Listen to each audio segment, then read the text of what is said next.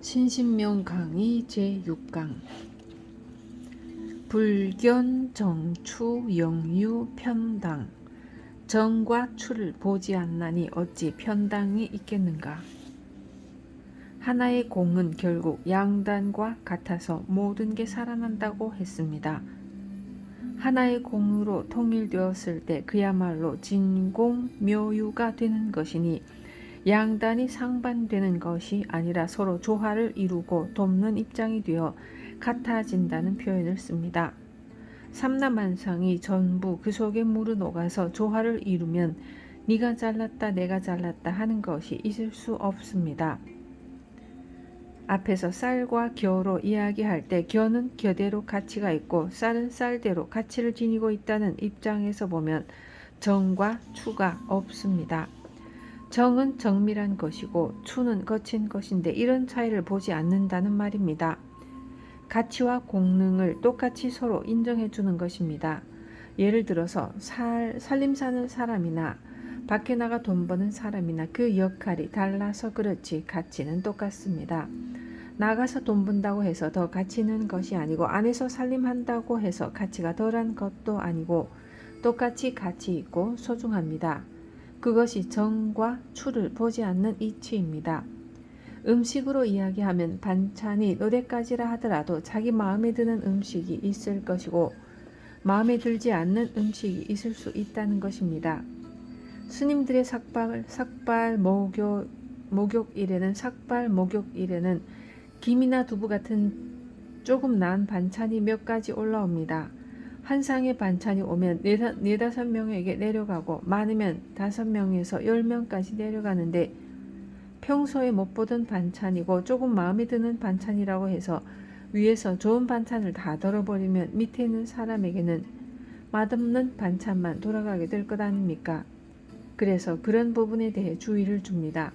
초발심 자경문에 정한 곳을 좋아하고 추한 곳을 싫어하지 말라라고 하였습니다.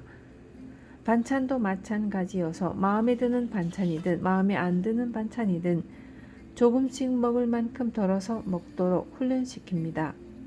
처음에 절에 들어오면 초발심 자경문을 통해서 대중생활에 필요한 것을 가르치는 것입니다. 음식도 따지고 보면 나름대로 장점이 있고 역할이 있고 성분이 있기 때문에 어느 것이 더 낫고 어느 것이 못한 것이 사실은 없습니다. 우리가 제대로 파악하지 못해서 그렇지 정하고 추한 것을 보지 않으면 한쪽으로 치우치는 일이 없습니다. 사람 사는 사회에서 이것이 제일 문제입니다. 여럿이 한 곳에 모여 살다 보면 묘하게도 마음에 안 드는 사람이 있습니다. 사실은 내 마음에 안 드는 것뿐이죠. 단지 내 마음에 안 들어서 그런 것뿐인데 그를 나쁜 사람이라고 생각하지만 사실은 다른 데 가면 환영받고 훌륭한 멋진 사람이라는 소리를 들을 수도 있습니다. 물론 어디에 가든 나쁜 사람도 있지만 보통은 한쪽에서는 나쁘다는 소리를 듣지만 다른 한쪽에서는 아주 훌륭한 사람이라는 소리를 듣고 한쪽에서는 훌륭한 사람이라는 소리를 들어도 다른 쪽에서는 나쁜 사람이라는 소리를 듣게 되어 있습니다. 그 기준은 사실 전부 내 감정입니다. 그런 것이 편당입니다.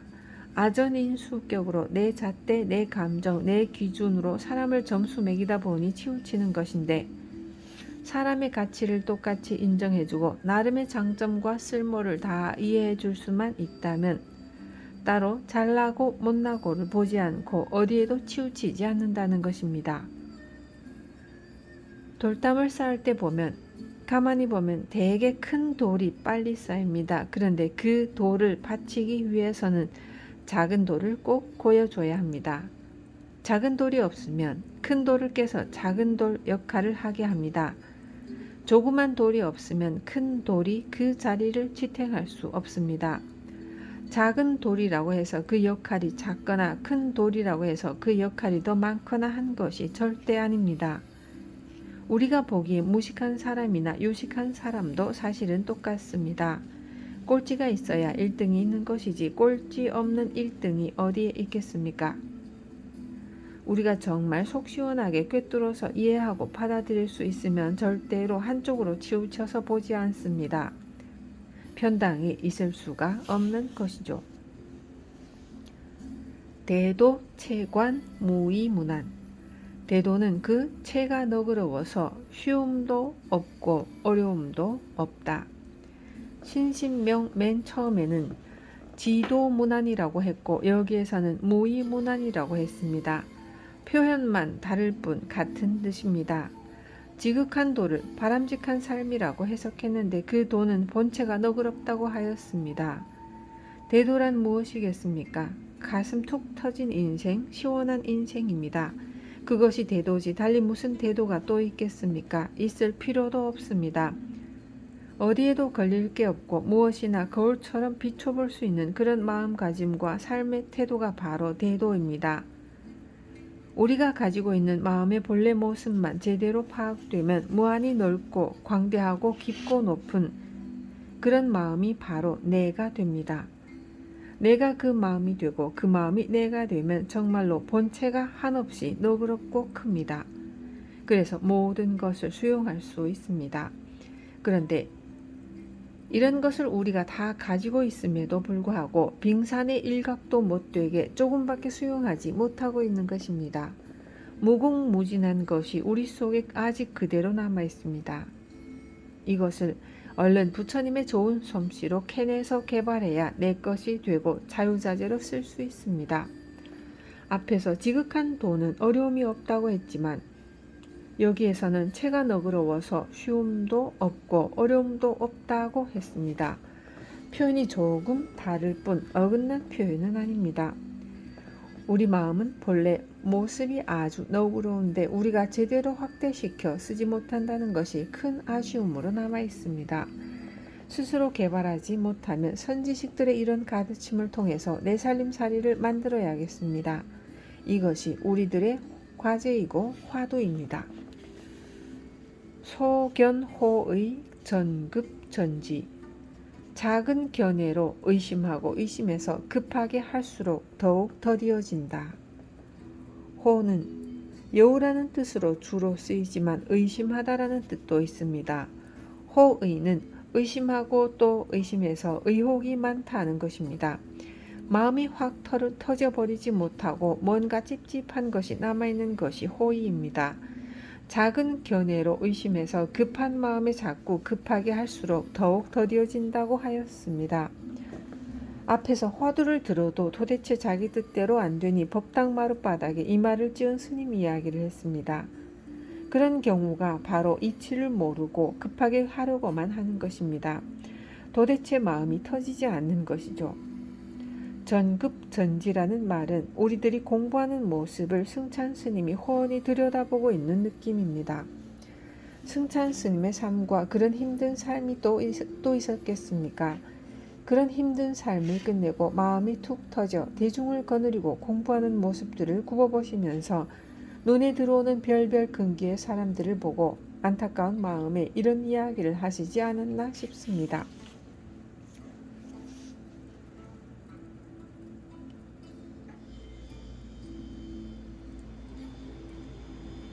집지실도 피립사로. 너무 집착하면 법도를 잃어버려 반드시 삿된 길로 들어서게 된다.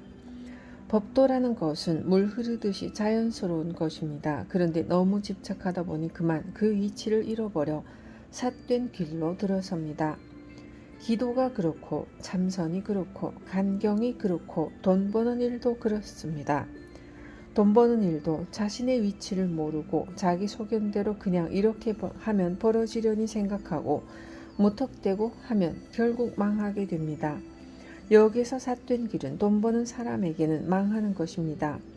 퇴직금 타서 절약하고 살면 노후를 편안히 살 수 있을 텐데 이것 가지고 평생 어떻게 사나 하는 조급한 마음에 준비 없이 무엇인가를 시작하다가 그것마저 날리는 경우가 많습니다. 그것이 집착입니다. 그냥 느긋하게 기다려보면 될 일입니다. 조사스님들이 이런 비유를 자주 드십니다. 배가 바람에 흔들리니 배가 뒤집힐 거라고 생각하고 먼저 물로 뛰어드는 사람이 있는데 나중에 보니 배가 다시 안정을 찾고 그대로 무사히 갑니다. 그럼 물에 뛰어든 사람은 어떻게 되겠습니까? 그러니 너무 집착하면 자연스러운 법도를 잃어버린다고 하였습니다. 불교는 삶을 지혜롭게 사는 방법입니다. 불교가 밥 먹여줍니까? 밥 먹여주는 것과는 관계가 없죠. 삶의 지혜요, 생활태도니 불교적인 지혜와 안목으로 우리가 어떻게 삶을 영위해갈 것인가 하는 것입니다. 그 열쇠를 부처님의 가르침과 조사스님의 가르침에서 빌리자는 것이고 그것이 익숙해지면 바로 내 열쇠가 되는 것입니다. 내 것이 되기 전에는 하는 수 없이 선각자들의 지혜를 빌려야 하고요.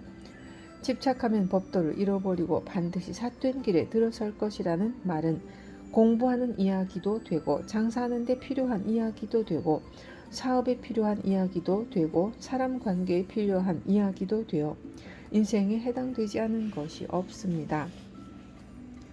방지 자연 채무 거주 놓아버리면 저절로 그러함이니 자체에 가고 머뭅이 없다. 여기에서 자연이라는 것은 자연현상을 두고 하는 말이 아니라 저절로 그렇다는 말입니다.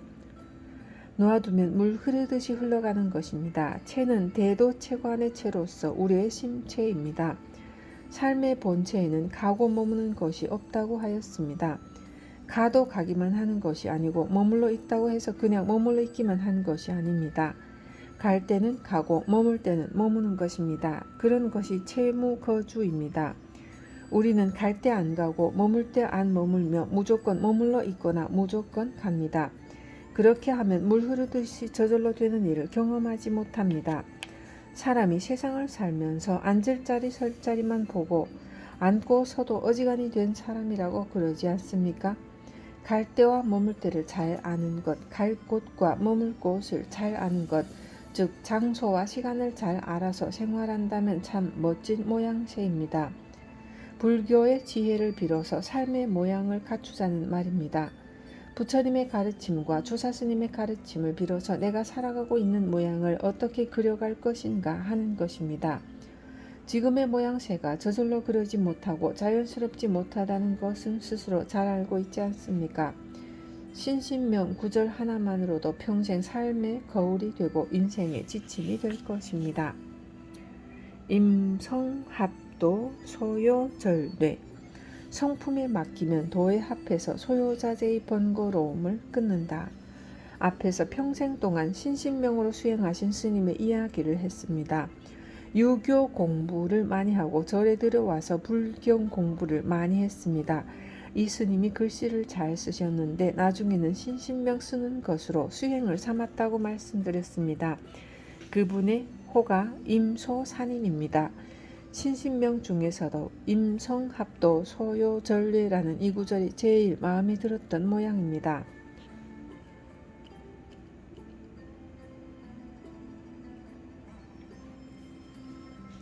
그래서 한 글자씩 따서 임소산인이라고 호를 정했습니다. 도라는 것이 어디에서 가져오는 것도 아니고 조각하듯이 차츰차츰 쪼아서 조각품을 만들어가는 것도 아닙니다. 공덕을 짓는다고 도가 이루어진 것도 아니죠. 그냥 이런 이치를 알아서 본성에 맡겨두면 도에 합한다고 하였습니다. 대도에 합하는 것은 툭 터진 인생이 된다는 것입니다.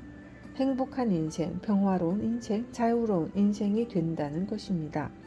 소요는 어디에도 걸리지 않고 자제한 것입니다. 아무리 가난해도 가난한 데 걸리지 않고 아무리 부자라도 부자에 걸리지 않고 높은 벼슬을 해도 높은 벼슬에 걸리지 않고 아무 명색이 없는 삶을 살아도 거기에 걸려있지 않는 것입니다. 그런 외적 조건은 아무런 문제가 되지 않는 것이 소요자재입니다. 몸이 마음대로 돌아다닌다고 해서 소요자재가 아닙니다. 소요자재해서 괴로움을 다 끊었다고 하였습니다. 뇌는 번뇌라는 뜻인데 신경 쓰이게 하다, 괴롭다, 번민하다, 골치 아프다 등의 의미가 다 포함되어 있습니다. 인생을 살아가는데 그런 것들이 하나도 없이 뚝 끊어졌다는 말입니다. 소요전례는 정말 좋은 말입니다. 그렇게 되려면 공덕을 지어야 한다거나 육바라밀을 닦아야 한다거나 참선을 해야 한다거나 기도를 해야 한다거나 경을 많이 봐야 한다거나 하는 조건을 내걸지 않고 있습니다.